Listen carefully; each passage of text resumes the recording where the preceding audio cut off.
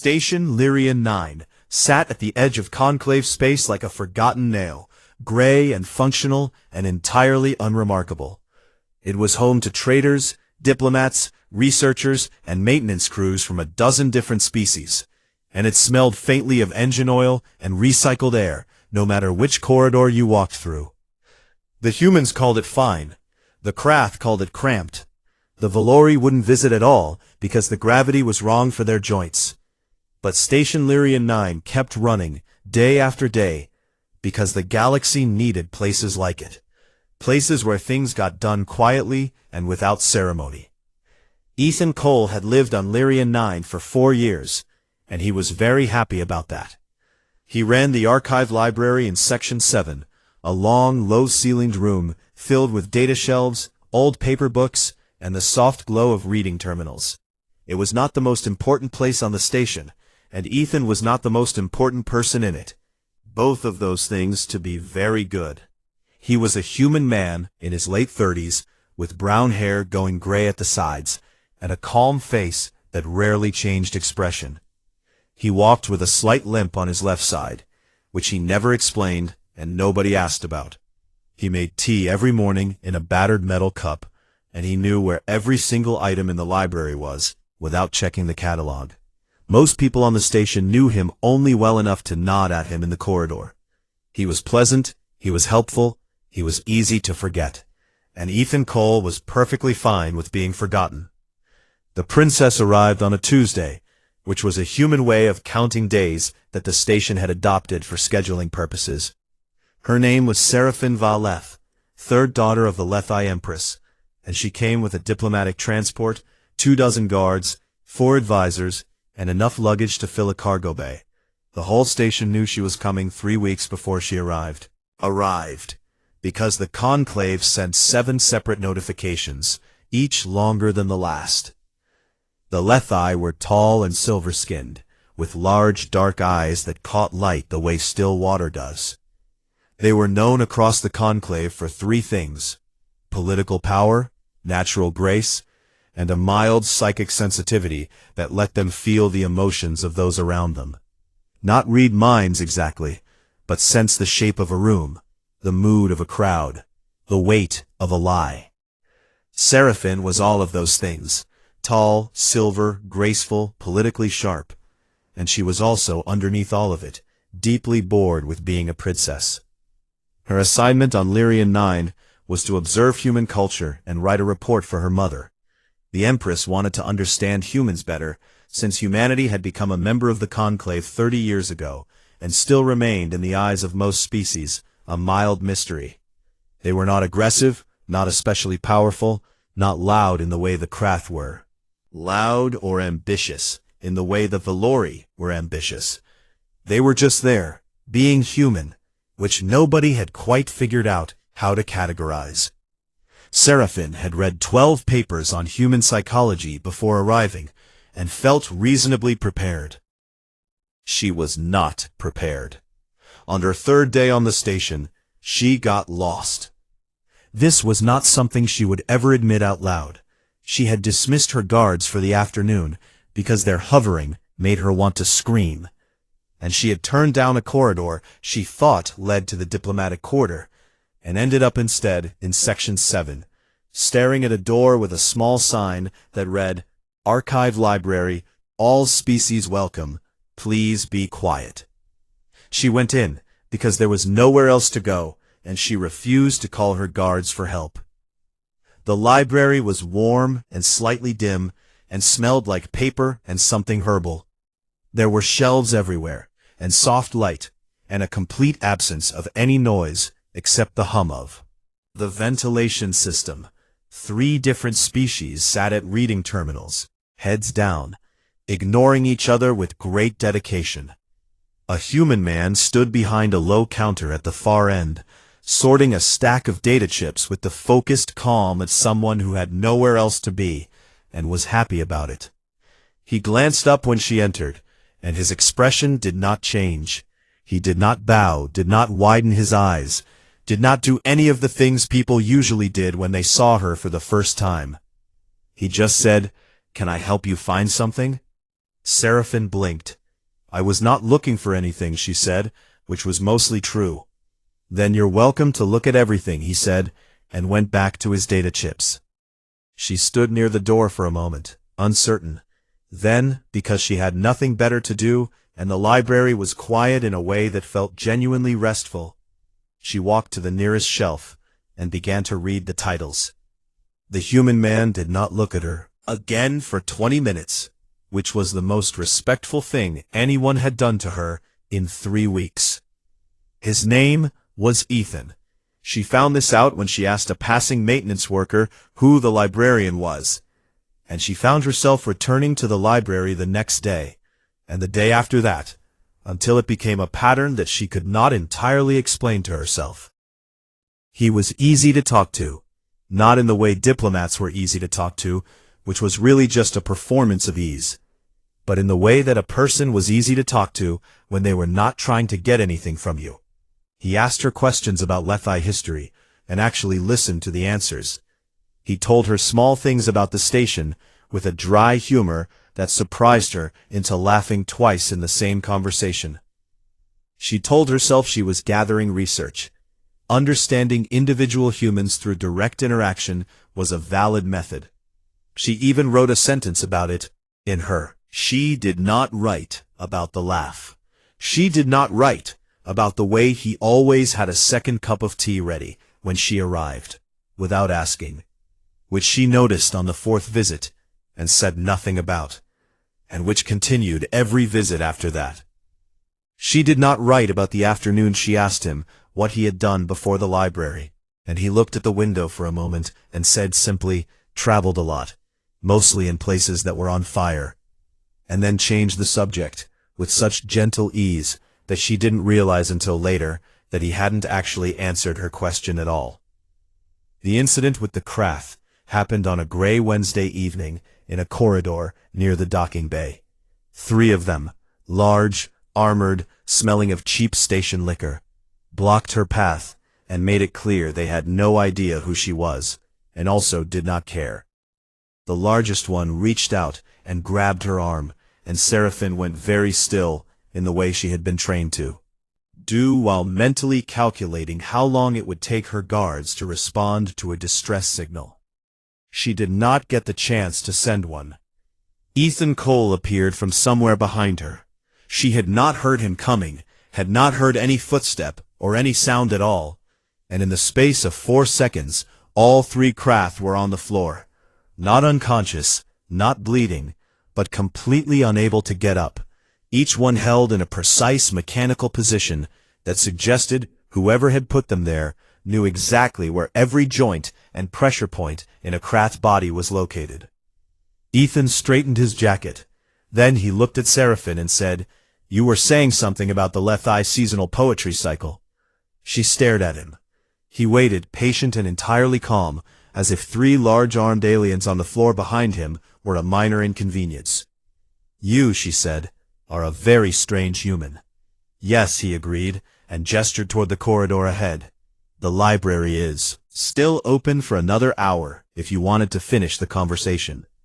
She walked with him, because she could not think of anything else to do, and behind them, the 3 Kraths slowly, carefully, did not move until they were very sure the human was gone. She filed her report to the Empress that evening. It was longer than usual, and the last line read, "Humans are stranger than expected, not in the way we anticipated." She did not elaborate on what she meant by that. She was not entirely sure she could. The news came from the Conclave's central chamber, on a morning when Seraphine was trying to concentrate on a diplomatic briefing and finding it very hard to care. 3 of the major trade routes connecting the Lethi homeworld to the outer Conclave stations were being contested by the Marin faction, a group of species who had been unhappy with the existing power arrangement for years and had recently decided to do something about it. Their demand was simple. The Lethi Empress needed to demonstrate that her people were willing to share power and space and goodwill with species they had historically looked down on. Otherwise, the Marin faction would block the routes economically until someone listened. The Empress's advisors had 17 different solutions. Seraphine read all 17 and found them either insulting to her people or useless in practice. The 18th solution came from the Empress herself, in a private transmission that arrived while Seraphine was eating breakfast. The message was brief. Her mother's voice was calm and final, the way it always was when a decision had already been made. The Empress said that a symbolic cross-species marriage would demonstrate Lethi openness more effectively than any trade negotiation. It would show the conclave that the Lethi were willing to connect with even the youngest, least prominent member species. It would cost nothing militarily and gain a great deal diplomatically. The least prominent member species was, of course, humanity. Seraphine sat very still for a long moment.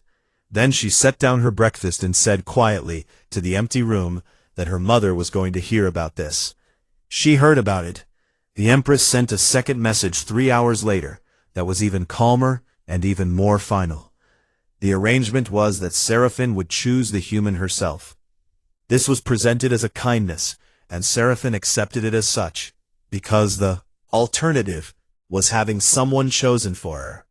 She spent 2 days pretending to review candidates, while knowing, from the very first hour, exactly who she was going to nominate. She told herself it was a logical choice. She already knew him. She trusted him more than she trusted most people on the station.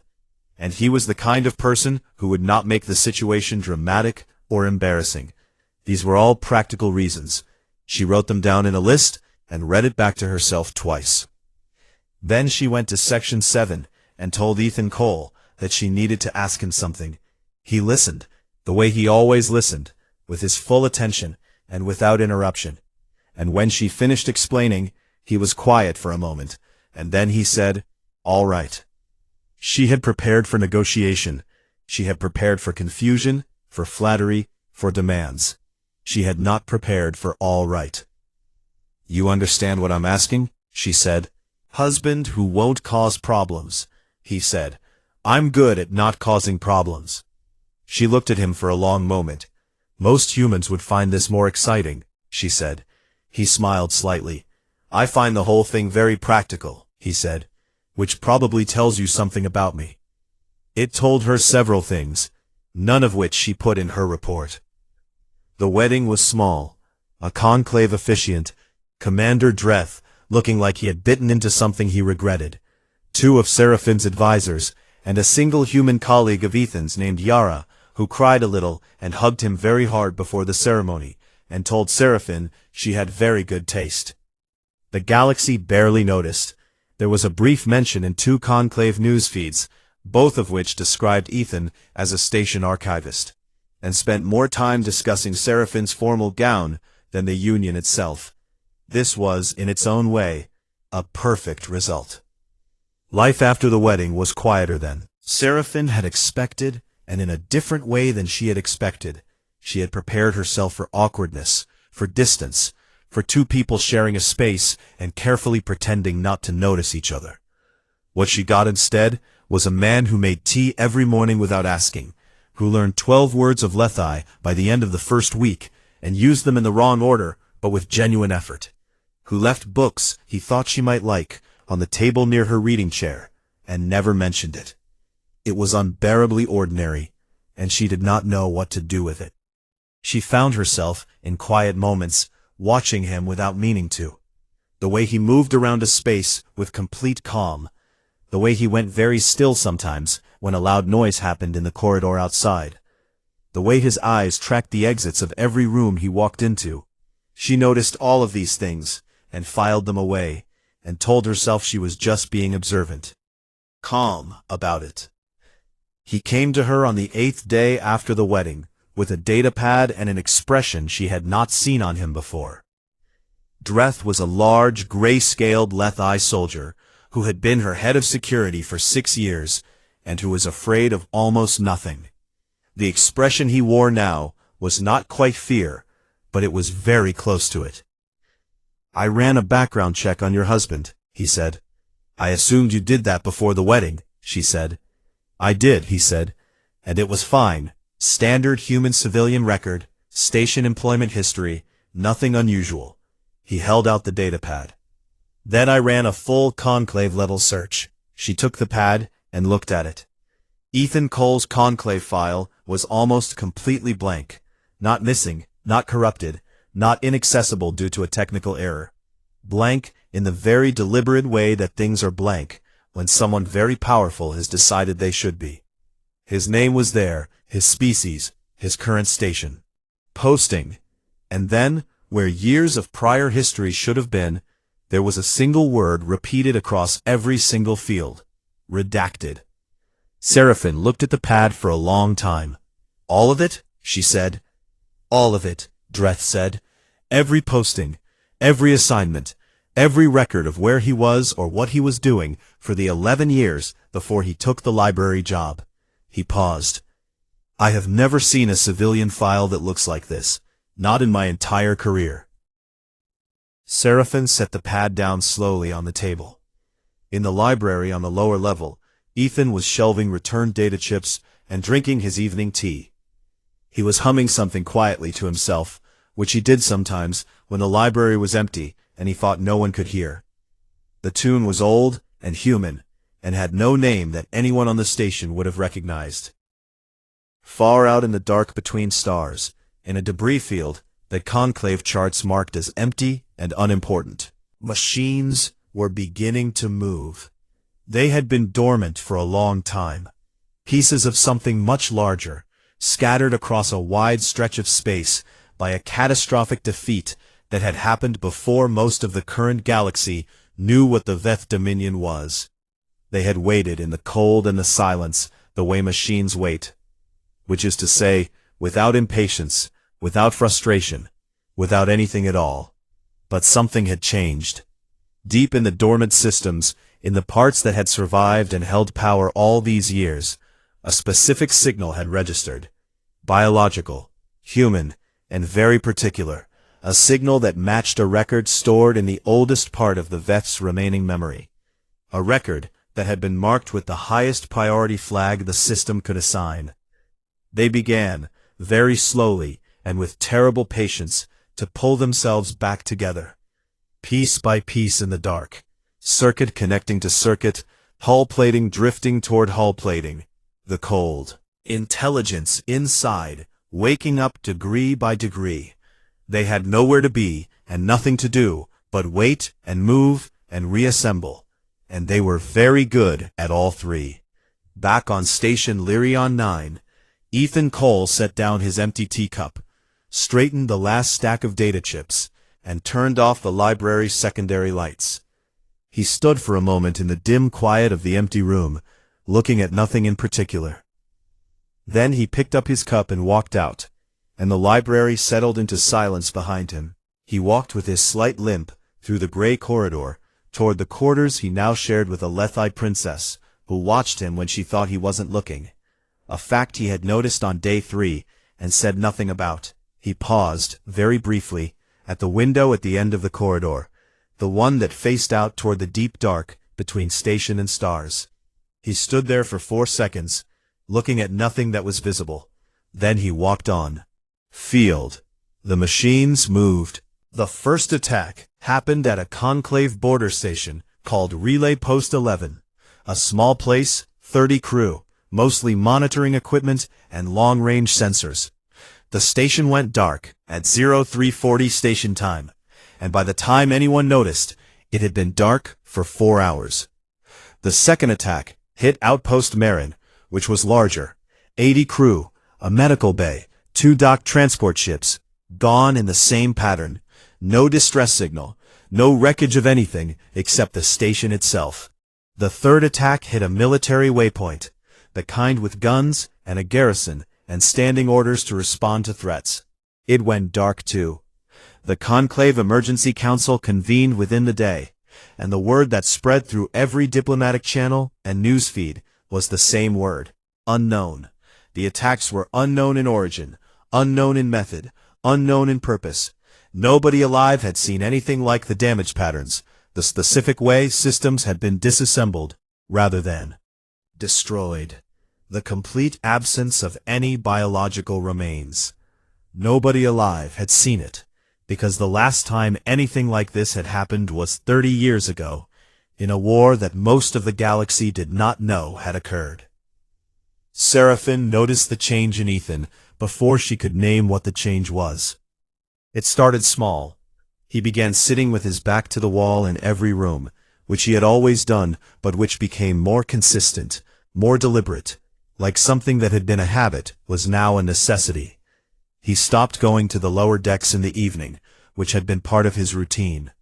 He started waking early, before the station lights shifted from night cycle to day cycle, and she would find him standing at the window of their shared quarters, looking out at the dark in a way that was not casual. He was still calm. He was always calm, but the quality of his calm changed. It became the kind of calm that is not relaxed, but controlled, not peaceful, but prepared. The kind of calm that has something large and heavy underneath it. On the fourth day after the third attack, she watched him reroute their planned walk to the diplomatic quarter by 3 corridors without explaining why.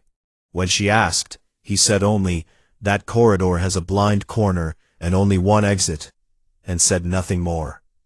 On the 5th day, she sat down across from him at the library table and said, "Ethan, tell me what is happening."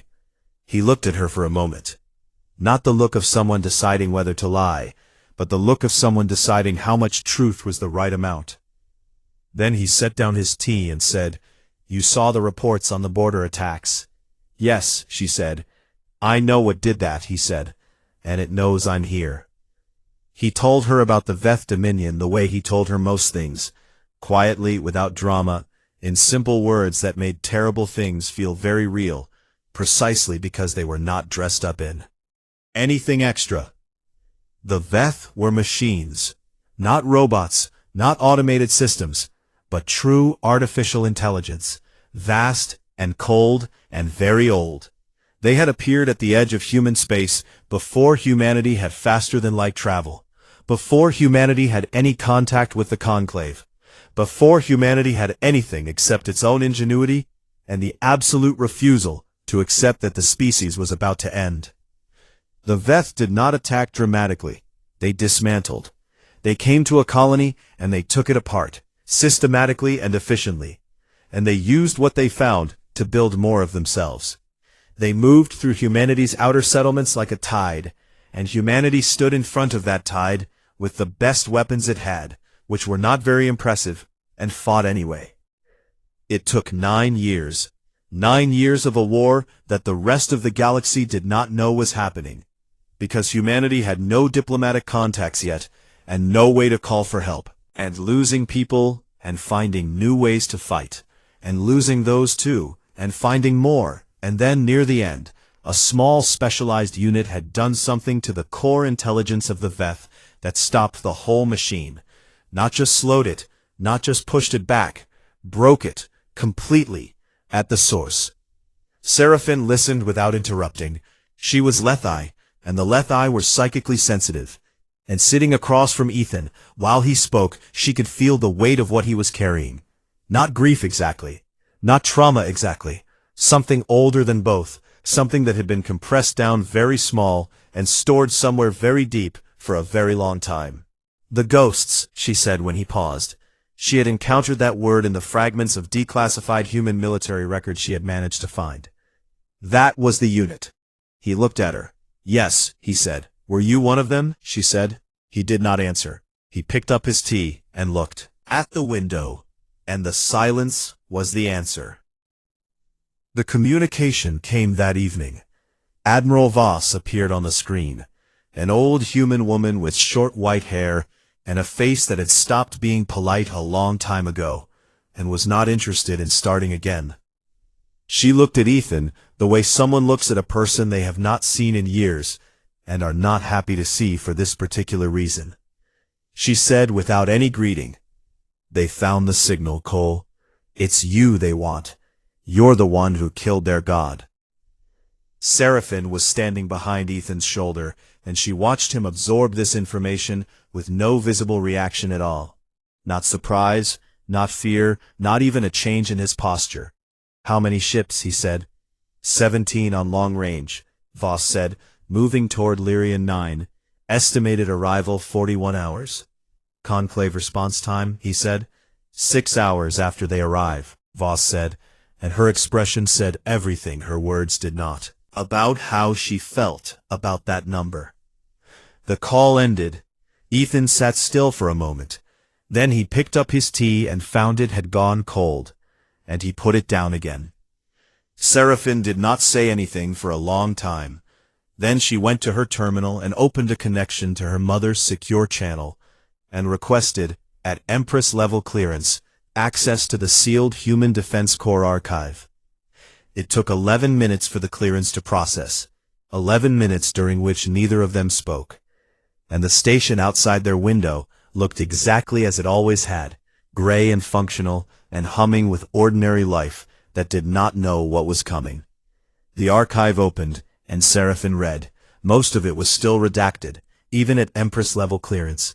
She could see only the shapes of things, the outlines of operations, the duration of engagements, and the casualty counts, which were large and quiet, in the way that numbers become quiet when they are too big to process easily.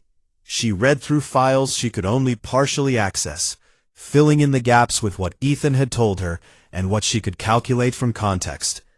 And the picture that formed was enormous and dark, and nothing like the humanity she thought she understood. She read about colony worlds that no longer existed. She read about units that had gone into machine-held space and not come back. She read the numbers for 9 years of a war that nobody outside humanity had ever heard of. And she sat with those numbers and tried to make them feel real. And mostly, she could not. And then she found a line that had survived the archive purge. One single line, in a file that was otherwise entirely blank, which suggested that whoever had done the redacting had missed it, or had decided it was too small to matter. It read, Operative Cole E. Actions resulted in termination of Veth's central mind. Engagement duration, 11 days, solo. Classification, mythic. She sat with that line for a very long time. In the next room, she could hear Ethan moving around the small kitchen. She could hear the specific sound of him refilling the kettle. A moment later, he appeared in the doorway and asked quietly if she wanted tea. She looked at him, this ordinary man in his ordinary clothes with his ordinary kettle. This man who had apparently spent 11 days alone in the dark, ending the god of a machine empire, and then come home and gotten a library job. Yes, she said. Please. He nodded and went back to the kitchen, and she turned back to the screen and sat there listening to the sound of the kettle. And outside in the dark, between stars, 17 ships moved toward them through the silence, cold and patient and very sure of what they were looking for. The Veth fleet arrived at 0312 station time, which was the deepest part of the night cycle, when the corridors of Lyrian 9 were quiet and most of its population was asleep. 17 ships. Seraphine had known the number for 41 hours, had looked at the sensor projections, had tried to understand what 17 Veth warships meant in practical terms.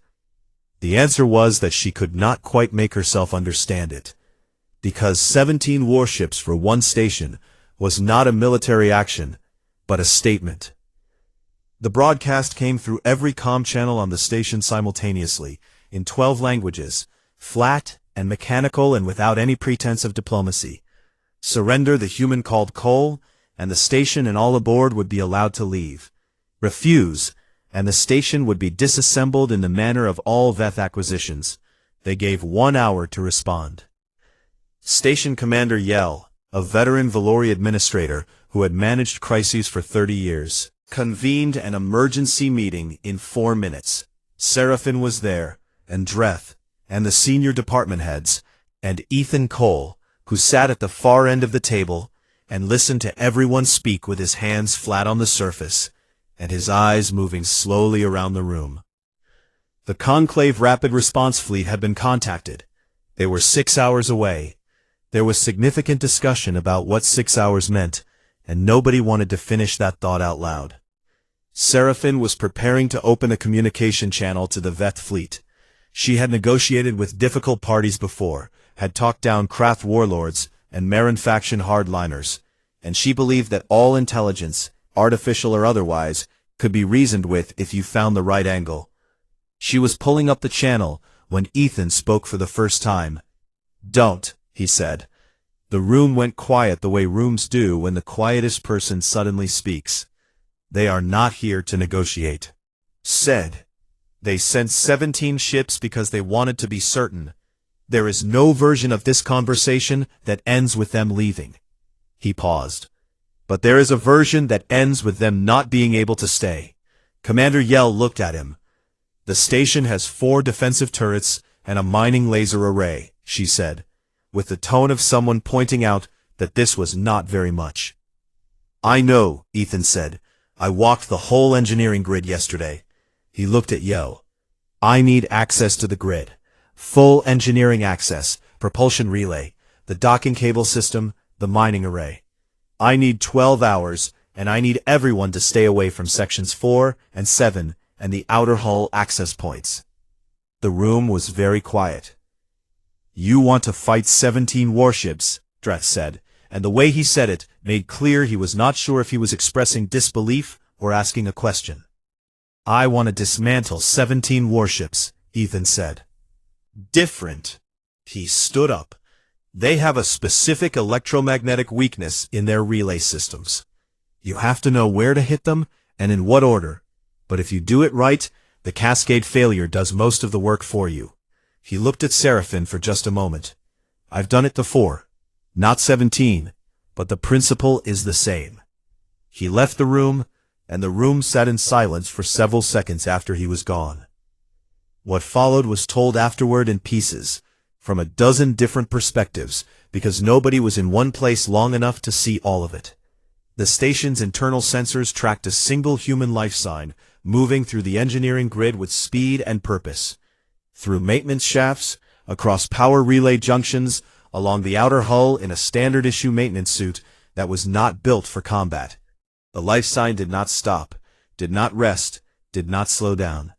The first Veth ship went dark at 04041. Sensors showed a cascade failure, spreading from a very specific point on its outer hull. No weapon signature, no missile, no energy beam, just failure, blooming outward from the inside. The second went dark at 0509. Same pattern, different entry point. The failure spread faster this time, as though the approach had been refined. Station crew watching the sensor feed stopped talking somewhere around the second ship. Commander Yell stood at the main sensor display with her arms crossed and an expression that had gone completely still. The engineers present could follow technically what Ethan was doing to the station systems, but they could not emotionally process it. He had repurposed the industrial docking cables in a way that the manual did not describe and possibly did not imagine. Dreth stood at the viewport. He watched the ships go dark one by one, not in a burst, not in an explosion, not in the dramatic cascade of a traditional battle, but steadily, methodically, each one at careful intervals. The Veth fleet began to react, began to move, began scanning for the source of the disruption, and found nothing, because the human causing it was drifting in an unpowered maintenance pod on pure momentum through the gap between 2 ships, invisible to any sensor built to detect powered movement. Third ship, fourth, fifth, a long gap during which the remaining Veth vessels pulled into tighter formation and began active scanning in all directions. Then, the sixth went dark, from an angle that should have been impossible given the station's resources, which meant Ethan had found something on the outer hull that none of them had thought to map. Seraphin stood behind the sensor crew and watched, and said nothing. She was thinking about the single line from the archive. 11 days, Solo, survived. And watching the sensor board, in the quiet dark of the station's night cycle, she understood, in her body, rather than just her mind, what those words actually contained, what had been compressed into them, what they were standing in for. By 0900, 12 ships were dark. The remaining 5 had pulled back to maximum range and appeared to be communicating with something. Their movements slowed, became uncertain, the way the movements of intelligent things become uncertain when they encounter something they were not prepared for. At 0920 they began to power down, not retreating, not attacking, just going still, in the way that things go still when they no longer know what the right action is. The Conclave Rapid Response Fleet arrived at 11:53, 5 hours and 40 minutes ahead of their estimated arrival time, because they had pushed their drives hard when the sensor reports started coming in. They came through the transit point ready for a battle, and found 17 dark Veth hulks arranged in a loose orbit around the station, and no active threat, and no distress signal. What they found on the station's outer hull. In Section 4 was one human sitting in a maintenance suit with his helmet visor up, holding a battered metal thermos, watching the Conclave fleet arrive. The fleet commander's first transmission to the station was, "What happened out there?" Station Commander Yell looked at the screen for a moment. Then she said, "Ask the librarian." Dreth found Seraphine at the viewport. She was still standing where she had been for most of the night, looking out at the dark, where the Veth ships floated cold and silent. He came and stood beside her, and did not speak for a while. He was thinking about the things he had said about humans over the years, not with cruelty, not with hatred, but in the easy, comfortable way that most conclave species spoke about humanity, as a footnote, a minor entry in the galactic record, a species that had arrived late and contributed very little of consequence. He was thinking about how natural that assumption had felt. Completely and quietly, the night had taken it apart. He was also thinking about something specific, a memory from earlier in the night, when, on the sensor feed, one of the Veth ships had turned to scan the precise location where Ethan's pod should have been, and the pod had already moved, not fled, not hidden, simply not been there anymore, because the human inside it had anticipated the scan before the machine had run it. Dreth had spent 20 years studying military tactics. He knew what that kind of thinking required. He knew what it cost. He turned to Seraphine and spoke. He used the formal Lethi mode of address, the one reserved for commanders and generals, and those who had earned a specific and serious kind of respect. "My lady," he said, "who did you marry?" Seraphine looked at the dark viewport for a long moment. The ships drifted in their loose orbit, cold and beaten and entirely still, and somewhere out on the hull, a human was finishing his tea. "I'm not entirely sure yet," she said, and there was something in her voice that was not quite an answer and not quite a smile, and was more honest than either one would have been. The sealed records opened like a door that had been locked for 30 years, and the galaxy walked through it and found something on the other side that it was not prepared for. The Conclave ordered the declassification as part of the emergency response to the Veth remnant attack. They needed to understand the threat, they said, and understanding the threat meant understanding the war that had come before, and understanding that war meant admitting it had happened. The Human Defense Corps archive was released in stages over 3 days, and each stage generated more noise in the diplomatic channels than the last. What came out was the shape of something the galaxy had never known. A full-scale war, 9 years long, fought entirely by humanity, in the dark, without allies, or assistance, or even the knowledge of any other species. A war against a machine intelligence that had consumed dozens of human colonies before it was stopped. A war that humanity had won through. The kind of stubborn, inventive, and completely unreasonable refusal to accept defeat that the Conclave had never had occasion to observe before. Because the Conclave had never seen humanity tested. The casualty counts were large, the list of destroyed colonies was long, and set against all of that was the simple fact that humanity had won, and had then, with extraordinary quietness, filed the whole thing away and walked into the Conclave 30 years ago and said very little about it. The reaction across the Conclave was not simple. There was guilt, in some quarters, that humanity had fought alone when other species might have helped. There was unease in others about what it meant that humanity had kept this hidden, And there was, in many places, a rapid and uncomfortable reassessment of every assumption that had ever been made about humans since first contact. The youngest member species, the soft diplomats, the unremarkable newcomers, had apparently been something else entirely for a very long time. Ethan Cole was offered, over the course of 4 days, a conclave military commission, a formal medal from 3 separate species governments, an honorary title from the Valori Cultural Council, a speaking engagement tour that would have taken 2 years, and a research fellowship from the conclave's premier military history institute. He declined all of them. He sent polite, brief responses to each one, and then he asked Station Commander Yell if his library position was still available.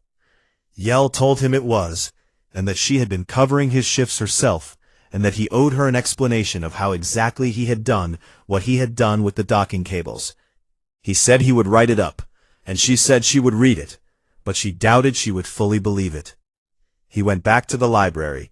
He opened it at the normal hour, made his tea, and began working through the return pile that had built up during the week. Seraphin, address to the conclave, came 4 days after the declassification, in a formal session that had been called to discuss what the records meant for humanity's standing in the galactic community. It was the kind of session where a great deal of polite language was used to dance around the fact that everyone in the room was feeling embarrassed about something large and specific. She stood at the speaker's platform, in full formal dress, silver-skinned and composed, and she did not use polite language. She said that the conclave had built a community on the principle that the strongest voices should have the most power, and that it had spent 30 years looking at humanity and seeing a quiet voice, and treating it accordingly. She said that it had taken a crisis, a war, and a single human doing something that most species present would classify as impossible, before anyone had thought to look more carefully at what was actually there. There were probably other things the conclave had not looked at carefully, and that it might want to consider developing that habit before something else arrived that it was not prepared for. She said all of it calmly, in measured, formal conclave speech, and every word landed exactly where she intended. She had been trained her whole life for this kind of address, and she used every part of that training, and it showed. Several senior conclave representatives looked as though they had swallowed something they deeply regretted. This was, in Seraphin's estimation, exactly the correct response. She returned to Station Lyrian 9 that evening and found Ethan in the library, which was open late because several station crew had apparently developed a sudden and genuine interest in the human history section. There were people in there reading things they had never thought to look at before, and the room was fuller than she had ever seen it. Reader left. Then she sat down across from him at the table, where she had sat many times before, and she looked at him for a moment before she said anything. "Why didn't you tell me?" she said, and she said it without accusation, without anger, with only the honest weight of the question itself. He looked at her across the table, the look of someone finding the most accurate true thing, not the easiest one. "Because it was a long time ago," he said, finally, "and I am not that person anymore, or I am trying not to be, and I thought if you knew, that would be all you could see." "And now," she said. "Now you know," he said, "and you can see whatever you see." She looked at him for a long moment, at this quiet man who made tea every morning, and had learned Lethi words in the wrong order, and walked with a limp he would never explain, and had once spent 11 days alone in the dark, breaking a machine god. She thought about all of it. File, and the battle, and the sensor board going dark ship by ship, and the thermos on the outer hull, and she thought about the library, and the second cup of tea that was always ready, and the book he had left on her reading chair last week, with a small folded note inside that said, "Chapter 4 is the best part," in slightly incorrect Lethi. "You said you were hoping being a librarian was enough," she said. He met her eyes. "Yes," he said.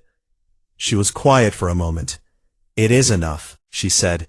It has always been enough. I only would have liked to know the rest of it too. Something in his face changed, very slightly, very quietly. The way a thing changes when a weight it has been carrying for a very long time is finally set down somewhere safe.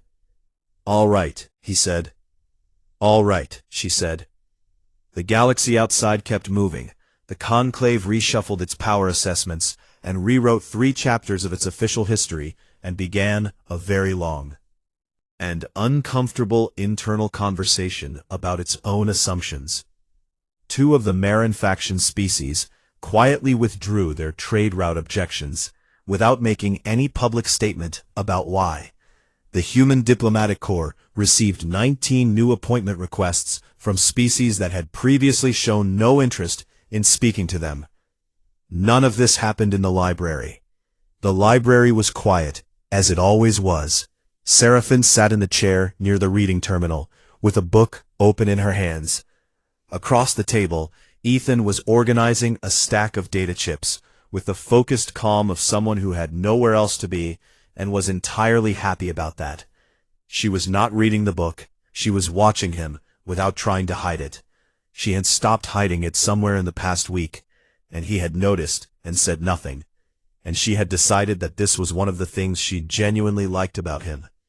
She thought about the line in the archive, "Wounded, holding a choke point alone for 19 hours, so his unit could escape." She thought about the limp, the quiet, the habit of sitting with his back to the wall. She thought about all the things that were underneath the ordinary surface of him that she had been slowly discovering, like finding rooms in a house she had assumed she already knew.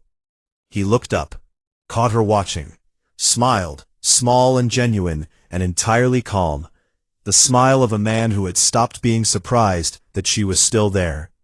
She looked back at her book. Outside the viewport, the stars were still and bright. The galaxy turned on its enormous slow axis, as it had for billions of years before any of the species arguing in the conclave chambers had existed, and would continue to do long after.